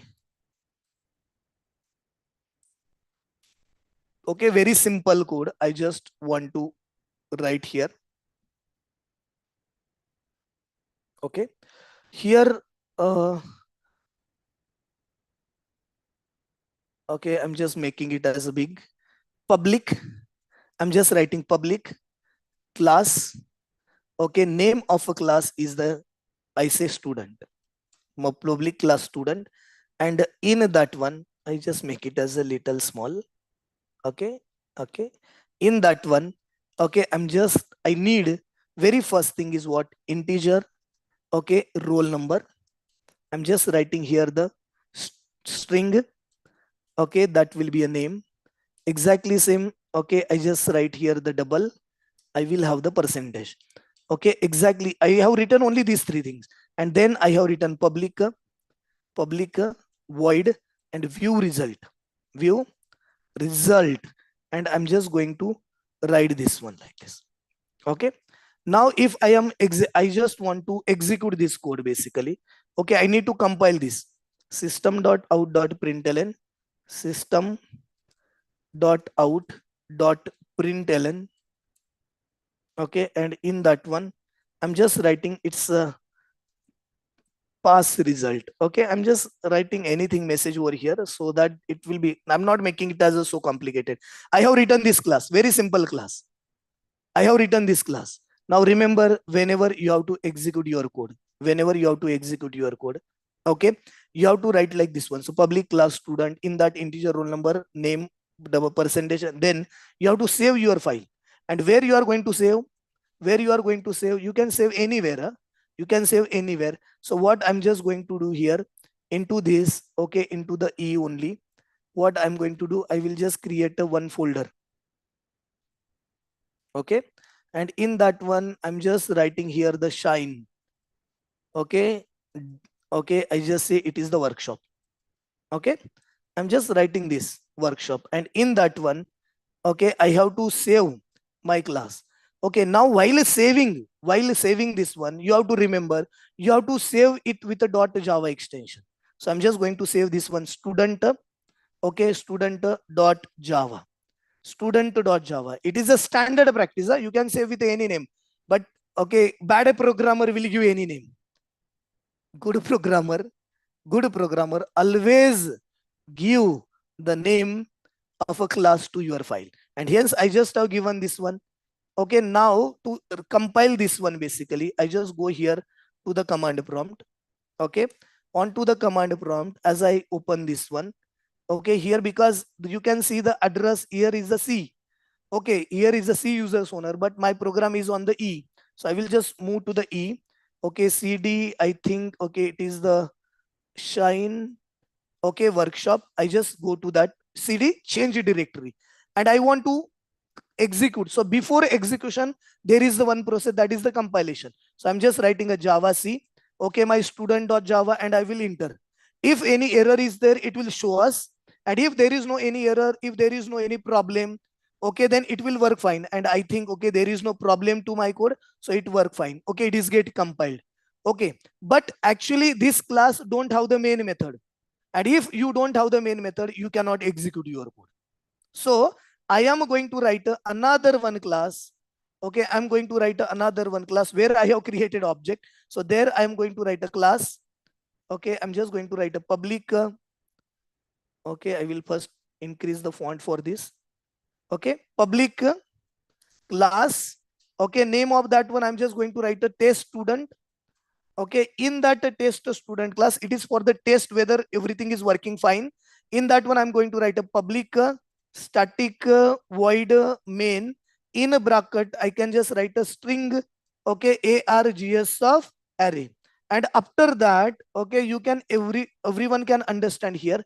In that, I have written this one here. I just put the simple message system, okay, dot out dot print eln.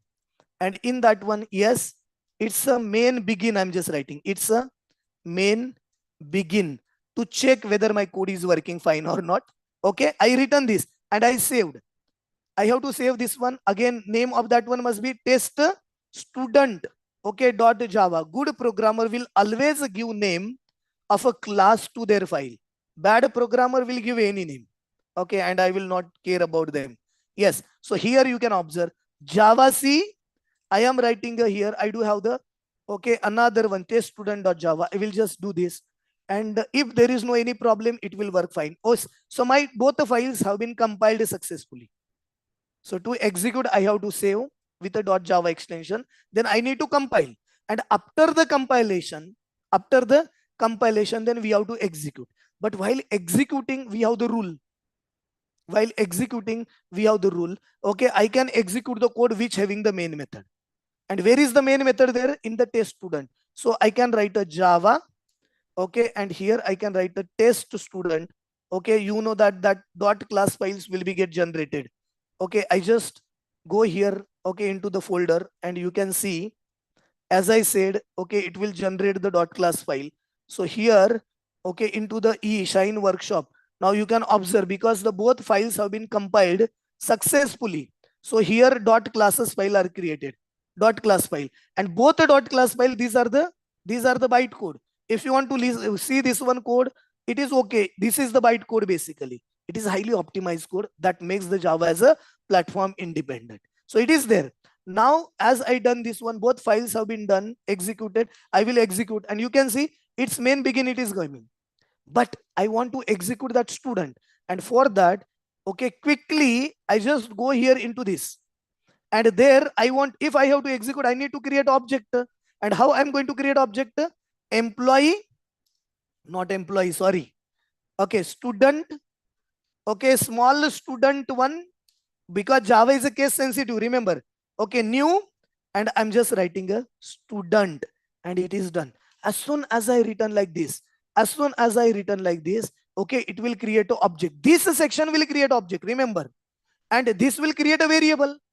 This will allocate memory inside the heap, and that reference is given inside the student one. Okay, now by doing this one, if I try to write a student one dot, okay, I say roll number. Now here I can give the 101. Through this one, I'm giving this. Okay, then I'm writing student one, okay, dot name is equals to, I can just give here the Asha. Okay, and then finally I can just write a student one, okay, dot percentage is equals to 60. This is how I just given the value. And after that, okay, I can display that. How? Student one dot, okay, I can just write a view result. Okay, this is code I have written.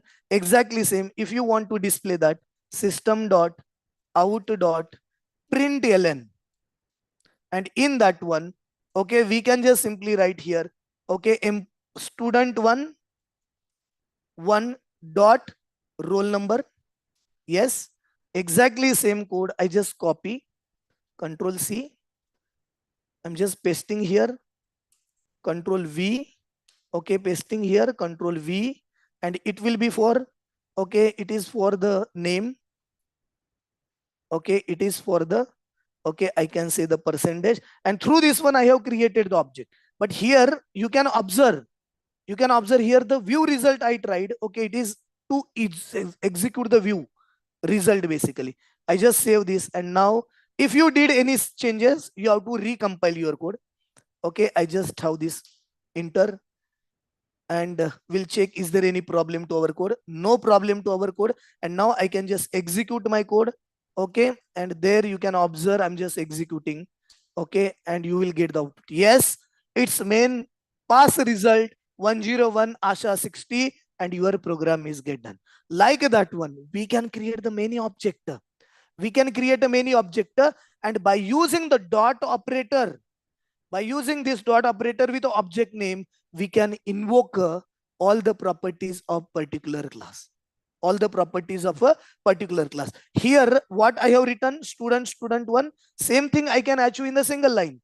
Here you can observe student, student one. Declaration, here student one is equals to new student. Okay, and bracket is complete.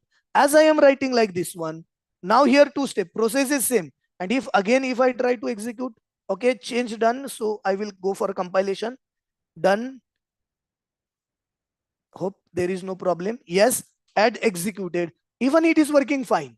Even it is working fine. So this is how basically you can just deep dive into the code and try to understand the things. Hope everyone understood what I'm trying to say. Hope everyone understood what I try to say. Yes.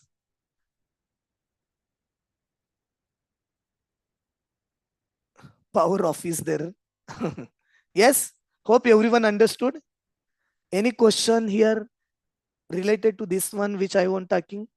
Yes. Yes. Yes.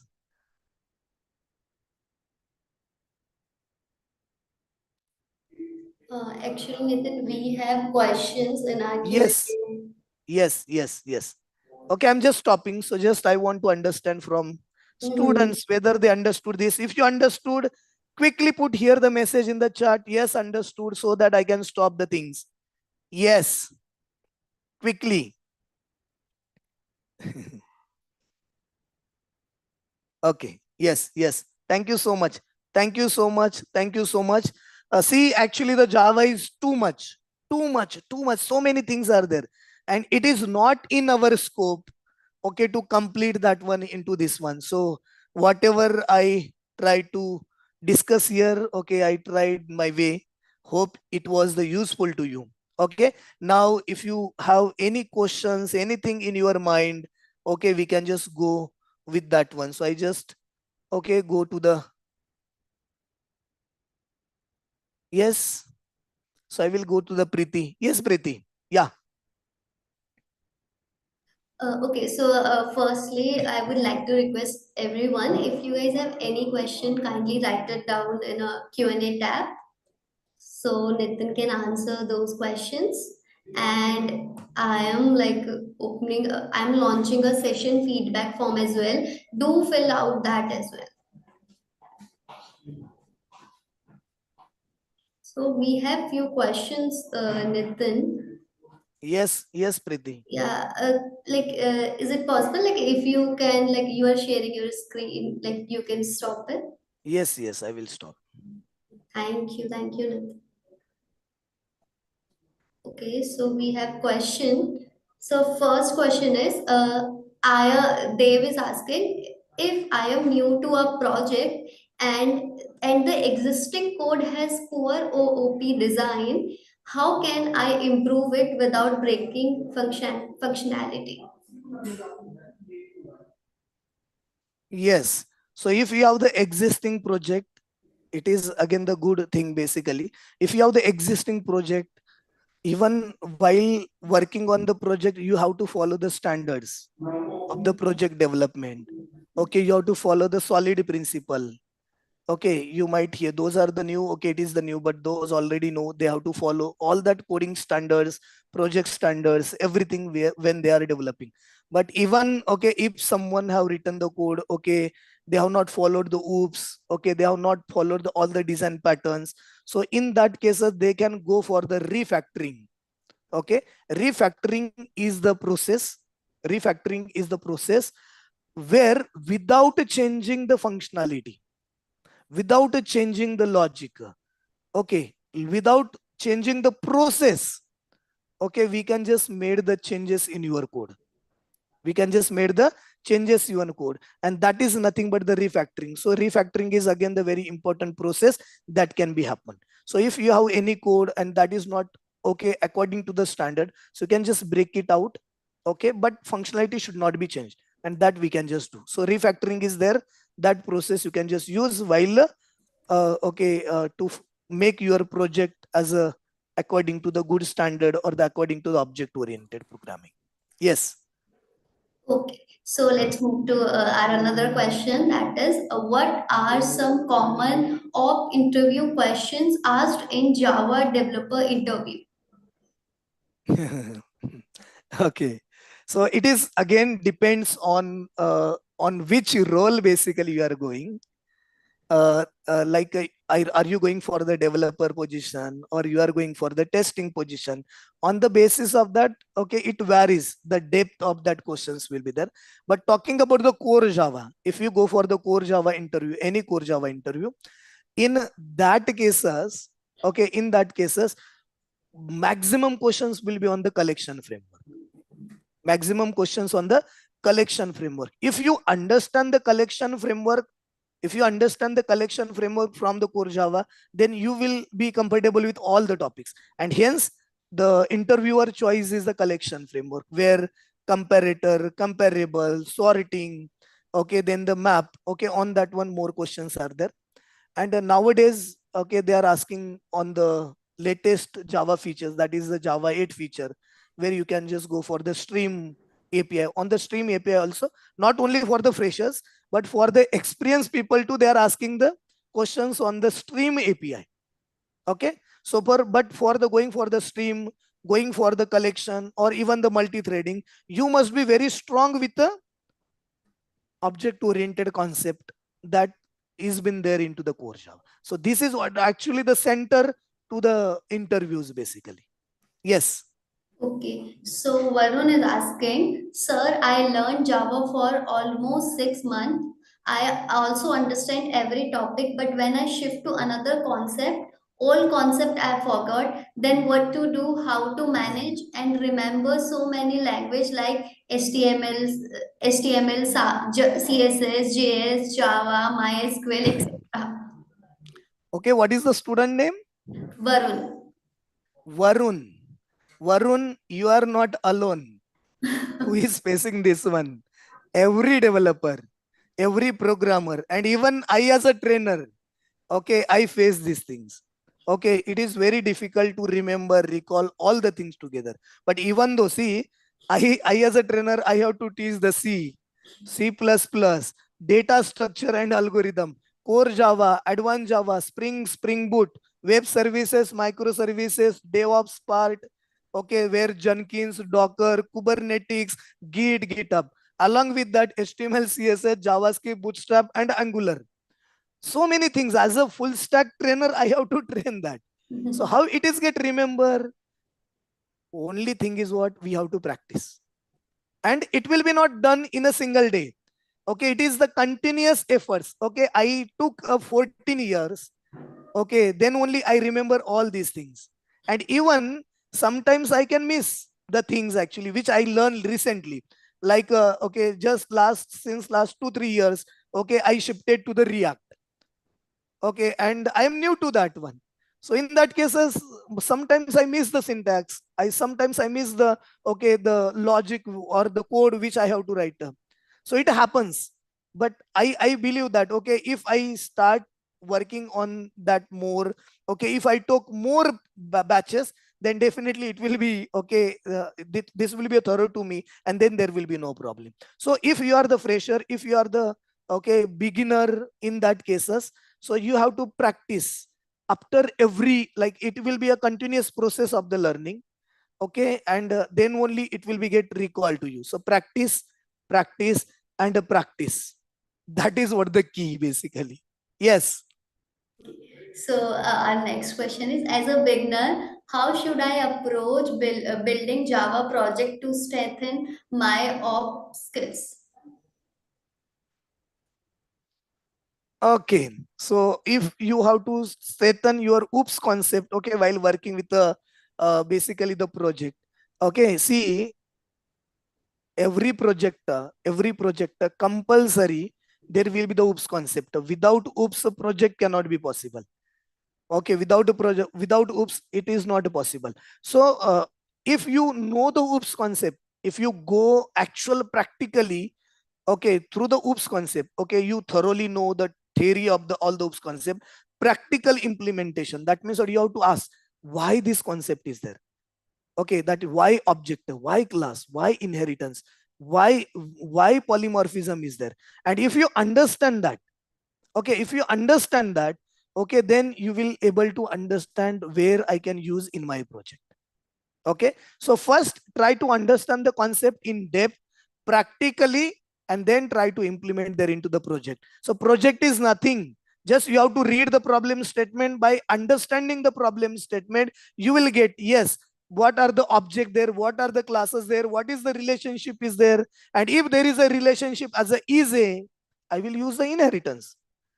If there is a kind of relationship, I will use the inheritance. If there is a has a kind of relationship, okay, I will use the dependency injection. Okay, like that one. Through practically only you will understand. Okay, if you learn it, okay, as a concept wise. So clear the concept, make a strong hold on the concept. Definitely it will help you to write or create the project while developing the project. Yes. Okay, so how much focus should a fresher put on Java framework like Spring and Hibernate? Okay. As a fresher, Yeah. if you are good in the framework like the Spring, Hibernate, or the Spring Boot, you are the first choice of the interviewer to get selected.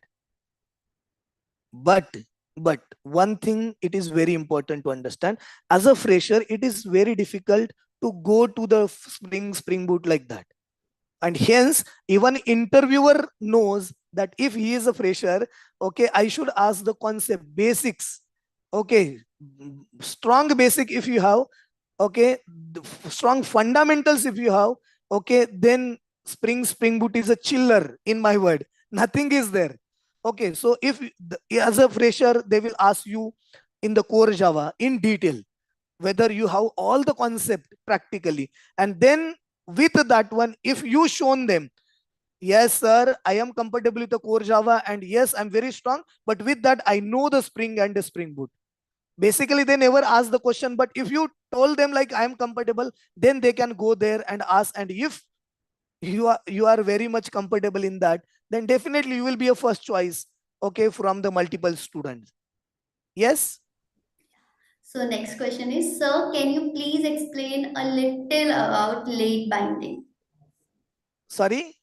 Sir, can you please explain a little about late binding? Late binding. Oh, practice. Actually, see, in a Java, what is something is little difficult to understand, and that is nothing but the late binding, or we can say the dynamic binding. It is the programmatical concept. It is a programmatical concept. But I can simply say that if I'm writing a emp1 dot display. Okay, one statement I'm writing. Listen carefully, everyone. Emp1 dot display, one statement, and a second statement I'm writing emp1 dot display, emp1 dot display, and emp1 dot display, and one will go to the some different display function, and another one will go to the some different function.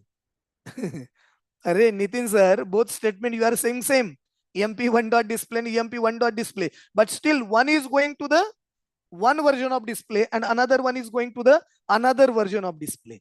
So that is concept of a dynamic binding, late binding. Okay, practically if you want to see, if you have to go for the payment option, okay, online, if you buy something and you have to go for the online purchasing, in that one, okay, there are the multiple options. What are the option? You can go for the Okay, you can go for the net banking. Okay, you can go for the UPI, or you can go for the, okay, you can go for the credit card. Three options are there, assume. But coding, there is only one function is there.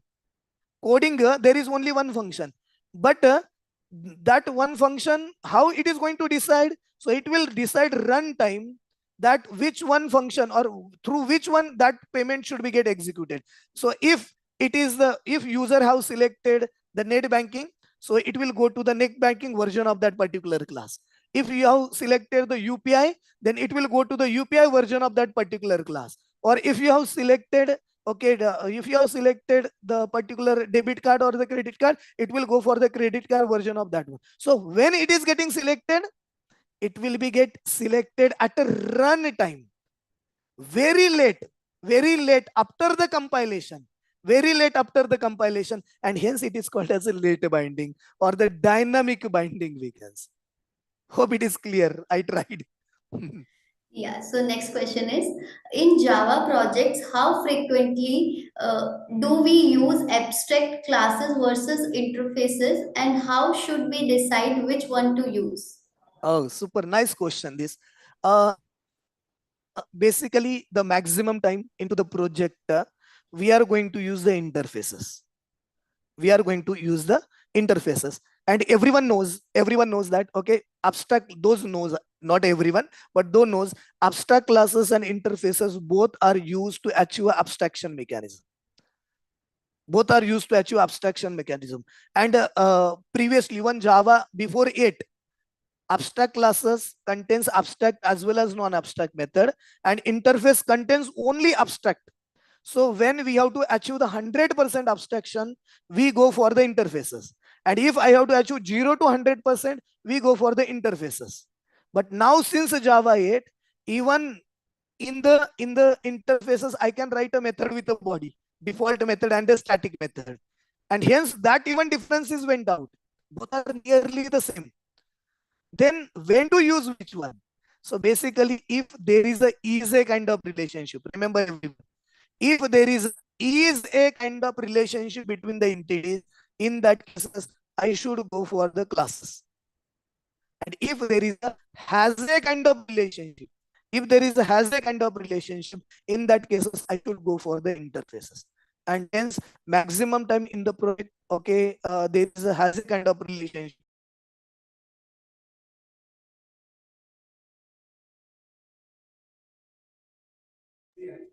I think Nitin is facing some network issue, so he will join within a minute.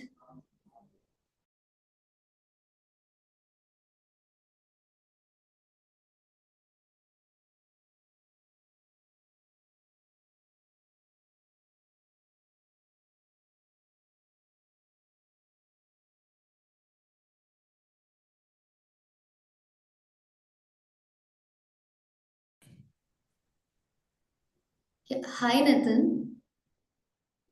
Hope I'm audible to all. Yeah, you are audible. Yes, I'm audible. Yeah, you are audible. Yeah. Thank you so much. Okay.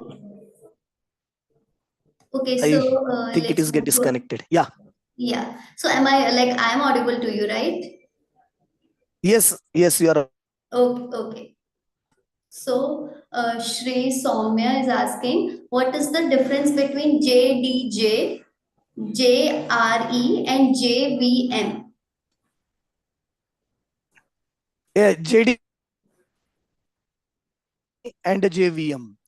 JDK simply, okay, the long form, you know that JDK stands for Java Development Kit. Okay, JRE stands for Java Runtime Environment. Okay, and JVM is the virtual machine which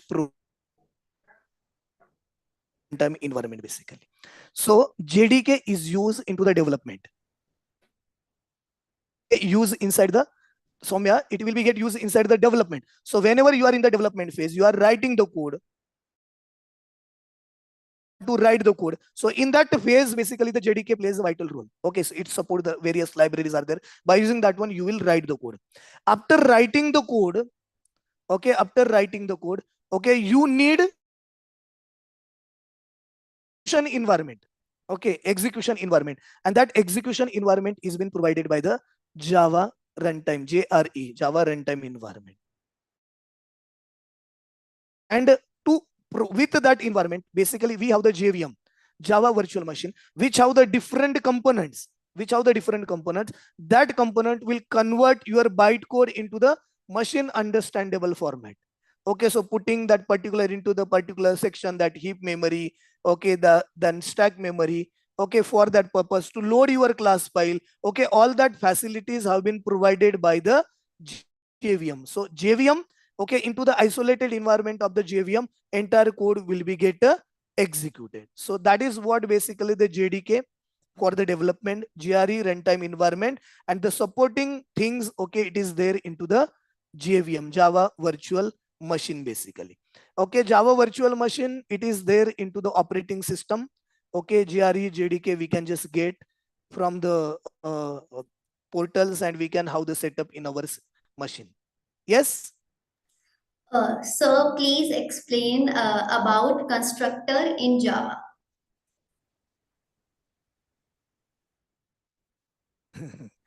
uh, Again, it is a very theoretical concept, basically. Constructor is a very special method, basically. Okay, in a class, just now we saw that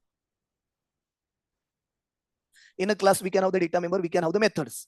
Okay, so within a class we are going to write the constructor. So in a constructor, in a short, I can say constructor is a very special member function of a class. And why it is a special? Because name of a constructor and name of a class is same. So within a class, if you found any method, with the exactly same name with a class, then that is called as a constructor. Okay, and it is used to construct the object, basically. It is used to construct the object. It don't have return type. Okay, we are not putting as a return type. And the last thing we can say, constructor is automatically called. Constructor is automatically called as soon as we create an object of a class. So we don't need to call it object. As we created object, it will invoke the constructor. But in my class, student class, I have not written the constructor still. So object is created but not constructor. So default constructor plays there. Okay, there will be a default constructor. Yes. So Avinash is asking, what are the default values assigned to variable and instance in Java? Yeah, it is again, there are the two basic variables inside the programming. So we can have the local variable and we can have the instance variable. I think he is talking about the instance variable. So how the default value, like if I do have the integer, so it will be default value. Or if I do have the string, it is the null as a default value. Okay. Or if I do have the double, okay, or the float 0.0, that are the default value. So according to the variable we have created, okay, it has some default values over there. Yes. Okay, so now we have our last question. So Mm-hmm. it is, can you suggest some resources for multi-threading and concurrency for the interview point of view? Okay, resources they want to learn. Okay, don't go for the interview point of view, try to understand in detail. And if they want to understand, it will be like the marketing. But I do have my YouTube channel, Niteen Ghodke, NITEEN They can search. Okay, there actually all the videos are available for the core Java. Okay, so go there, watch that videos, and even if you like, subscribe the channel. Yeah, Yes, sure. Preeti. So yeah, we are done with our Q&A session as well. So before ending Uh-huh. this, like, do you have anything to convey to the audience who are watching or who will watch after some time our recording session? So Okay. Yes, Preeti. Basically, this is for the freshers, these messages. Even those are the experience, they knows this thing. But as a fresher, okay, student always know that uh, um, I will go for only Java, or I will go for the Python or any technology. They stick with only technology and they try to learn only that things. And they expect that, okay, I will get the job. I will get the job in that technology only. But this is the message for them that, okay, it will be not into the corporate like this one.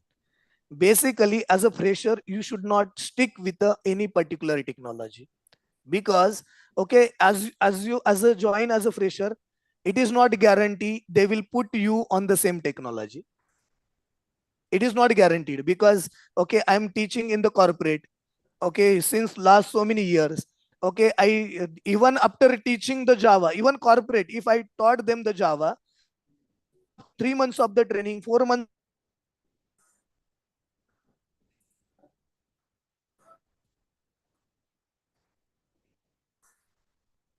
audible? Hope I'm audible. Yeah, you're audible. Yes. Okay, so even after 3 months of the training, okay, company will assign them on some different technology. That is what I have observed many times. That is what I have observed many times. So okay, learn the and after at the time of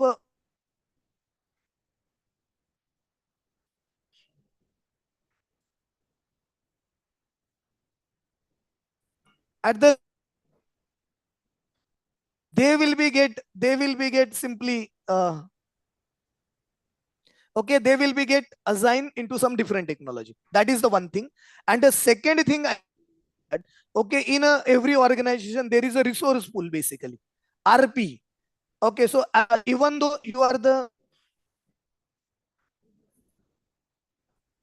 you